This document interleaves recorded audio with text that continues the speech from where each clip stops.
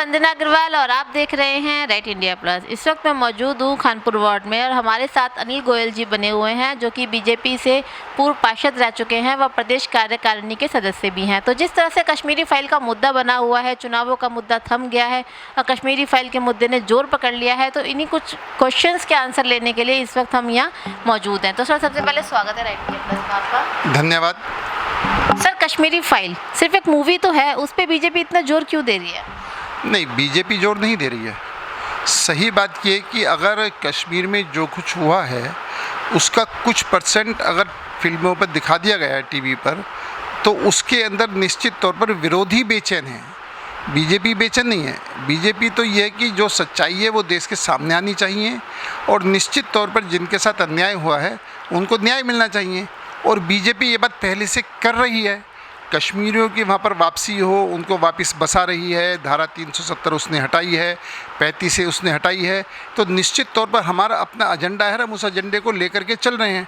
और हम हिंदुस्तान के अंदर किसी भी नागरिक को जो छोड़ करके घर छोड़ करके देने को मजबूर हो, ऐसी परिस्थिति पैदा नहीं होने देना चाहते।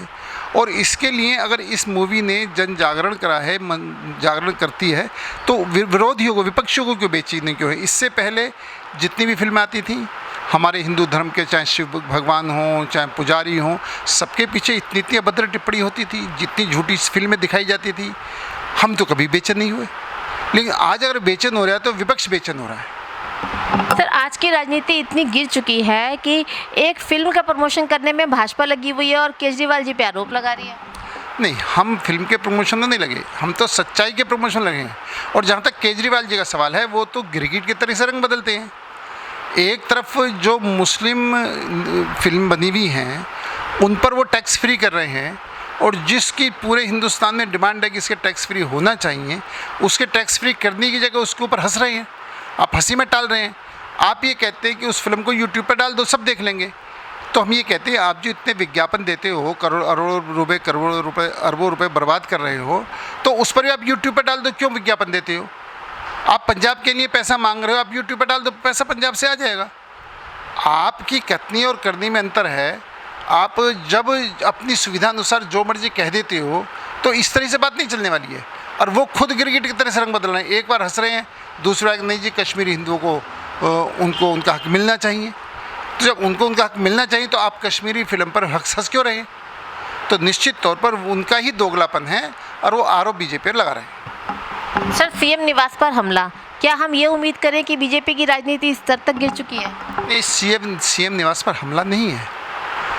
अगर वहाँ पर कुछ भाजपा के कार्यकर्ता वहाँ पर गए हैं और अपना विरोध प्रदर्शन करने के लिए गए हैं, जो कि एक तरह से जायज़ है, और उसको वो कुछ असामाजिक तत्व, चाहे वो आम आदमी पार्टी कार्यकर्ता के रूप में वहाँ पहुँचे हैं या कोई भी वहाँ पहुँचा है और कुछ असामाजिक तत्वों ने कुछ करा है और उस पर आरोप आप बीजेपी पर लगा रहे हैं, तो निश्चित तौर पर ओछी राजनीति तो केजरीवाल जी कर रहे हैं। अब वो कह रहे हैं मनीष सिसोदिया कि इन पर केजरीवाल जी पर जानलेवा हमला। क्या केजरीवाल वहाँ पर थे? क्या वहाँ पर कोई दीवार टूटी? क्या वहाँ पर गोली चली? क्या वहाँ पर लठ चले? क्या किसी के हाथ में हथियार थे? उन पर जानलेवा हमला कैसे हो गया? निश्चित तौर पर जब हमारे प्रधानमंत्री पंजाब में जाते हैं, उनका ट्रैफिक रोक दिया जाता है और वो एक साजिश की तरीके से उनको आगे जाने से, बढ़ने से रोक दिया जाता है, उस पर तो आप कहते हो हम बीजेपी राजनीति कर रही है। आप घर के अंदर नहीं हो और आप केजरीवाल पर जानलेवा हमला का आरोप लगा रहे हो। तो ये तो जनता देख रही है किस तरीके से झूठे सच्चे आरोप लगा करके ये भाजपा को बदनाम करने का काम कर रहे हैं। सर, बीजेपी विश्व की सबसे बड़ी पार्टी कही जा रही है आजकल और सबसे छोटी पार्टी आम आदमी पार्टी। तो चुनाव ना करवाने का जो वजह रही वो ये रही कि केजरीवाल जी का कहना है कि विश्व की सबसे बड़ी पार्टी विश्व की सबसे छोटी पार्टी से हार गई और चुनाव से डर के भाग रही है। नहीं, ये तो मुंगेरी लाल के हसीन सपने हैं। केजरीवाल जी देख सकते हैं। और ये आपने अभी पिछले 5 चुनाव के अंदर देखा, 5 राज्यों में चुनाव हुआ है। हम 4 राज्य जीते हैं, 5वें हम थे ही नहीं। लेकिन ये तो उसको देखना चाहिए कि जब जो सबसे छोटी पार्टी अपने आप को कहती है, बाकी 4 राज्यों में उसके मैक्सिमम कैंडिडेटों की जमानत जब्त हुई है। और हम डर के क्यों भागेंगे? अरे डर के भागेंगे तो वो भागे जैसे कांग्रेस भागेगी, डर से भागे तो आम आदमी पार्टी भागेगी। हम तो निश्चित तौर पर चुनाव भी कराना चाहते हैं, समय पर चुनाव कराना चाहते हैं, लेकिन दिल्ली का विकास करना चाहते हैं। आज केजरीवाल को जो पेट में दर्द हो रहा है वो इस बात का दर्द हो रहा है कि उसने सारे दिल्ली का विकास रोका, फंड रोक करके दिल्ली का विकास नहीं होने दिया, दिल्ली के काम में जगह लगातार अड़चन डाली, दिल्ली का एमसीडी का फंड उसको दिया नहीं है और उसको बदनाम करने के काम कर रहे हैं। और आज जब ये देखा कि दिल्ली के अंदर विकास की आवश्यकता है और उसके अंदर जो एक निगम करने के बाद काफ़ी कुछ खर्चे में कटौती होगी और केंद्र उसको सीधा फंड मुहैया कराएगा, तो क्योंकि दिल्ली देश की राजधानी है, दिल्ली के देश की राजधानी को नरक बनने नहीं दिया जा सकता। और इसलिए दिल्ली का विकास हो, चौतरफा विकास हो और दिल्ली जो है विश्व की एक अच्छी शहर के रूप में फेमस हो और वो स्थापित हो, इसलिए भाजपा ने ये निर्णय करा है कि तीनों का निगम एक करके हम दिल्ली का विकास करेंगे। हमारे दिमाग में दिल्ली का विकास है, उनके दिमाग में चुनाव है। सर, तीनों निगमों को एक करने की आप जो बात कर रहे हैं, इससे क्या वाकई में लाभ होगा? क्योंकि केजरीवाल जी का कहना है कि उनको रोकने की कोशिश की जा रही है चुनाव टालकर। नहीं, ये उनका भ्रम है और निश्चित तौर पर लाभ होगा। आप एक बात बताएं, 3 मेयर हैं, 3 स्टैंडिंग कमेटी चेयरमैन हैं, 3 नेता प्रतिपक्ष हैं, 3 नेता विपक्ष हैं, हर कमेटी की 75 कमेटियाँ बनी हुई हैं। अब उन 75 कमेटियों का 25 कमेटी बन जाएंगी, 1 मेयर होगा, तो निश्चित तौर पर बहुत बड़ा पैसा जो आज एमसीडी में खर्च हो रहा है, चाहे वो स्टाफ के अंदर हो रहा है, उनके पीए के अंदर हो रहा है, उस सब खर्चे की बचत होगी और वो सब खर्चे की बचत होकर वो क्षेत्र के विकास में लगेगा। और जितना भी निगम सक्षम होगी और निगम सक्षम होगी तो क्षेत्र का विकास करेगी और केंद्र से फंड ले करके इसको हम डेवलप करके दिखाएंगे। सर, बात करें महंगाई की, पेट्रोल 104, डीजल 95 और सिलेंडर 950 के पार। दिल्ली सरकार की बात करें तो वो भी 2 बार वेट कम कर चुकी है, तो केंद्र सरकार से हम कुछ उम्मीद क्यों नहीं कर सकते? वंदना अग्रवाल जी, सबसे बड़ी बात है केंद्र सरकार को पूरे हिंदुस्तान के रूप में सोचना पड़ेगा, वो अकेला दिल्ली के रूप में नहीं सोच सकते। और जब केंद्र सरकार की बात होगी तो आपने यूक्रेन का संकट देखा है, यूक्रेन समृद्धशाली होते हुए भी लेकिन उसने अपनी सुरक्षा की चिंता नहीं करी और आज यूक्रेन तबाह पर है। आप ये बात देखें कि आज का जो भारत है वो महाशक्ति के रूप में उभर रहा है। आज के भारत में चीन की कोई सामने अगर सीना तान के खड़ा हुआ है तो भारत खड़ा हुआ, आज से पहले कभी खड़ा नहीं होता था। पाकिस्तान में सर्जिकल स्ट्राइक करी तो भारत ने करी, आज तक किसी ने नहीं करी। आज पूरे विश्व में भारत को महत्वपूर्ण देश के रूप में देखा जाता है और उसकी बात का वजन है, चाहे रूस हो और चाहे अमेरिका हो।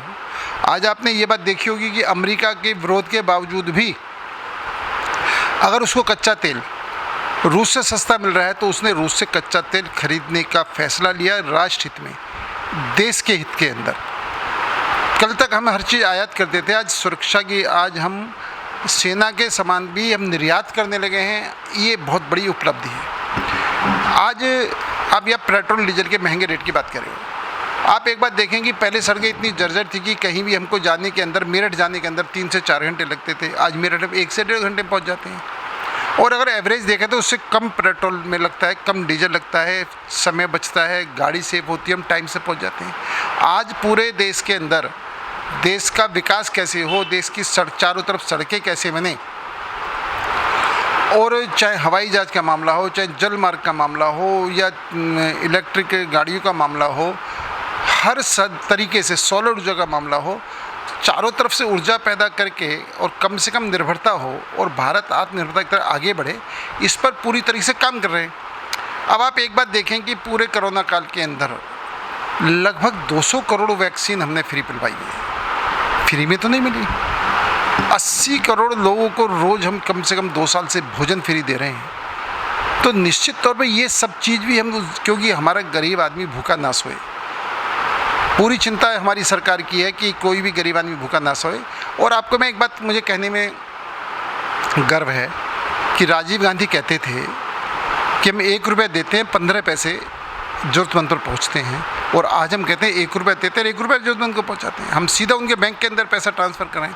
हमने बिचौलिए ख़त्म कर दिए, हमने रिश्वतखोर ख़त्म कर दिए, और जो लोगों की इनकम नंबर 2 की ख़त्म हो रही है उनको छटपटाहट तो हो रही है, और वो छटपटाहट के रूप में वो इसका विरोध कर रहे हैं। लेकिन आज जो इसका चहुमुखी विकास हो रहा है, चारों तरफ विकास हो रहा है, पूरा विश्व भारत का लोहा मान रहा है, तो निश्चित तौर पर ऐसे सब वातावरण में भी अगर हमें थोड़ी बहुत चीज़ महंगी खरीदनी पड़ भी रही है तो देसी जनता उसको स्वीकार करेगी।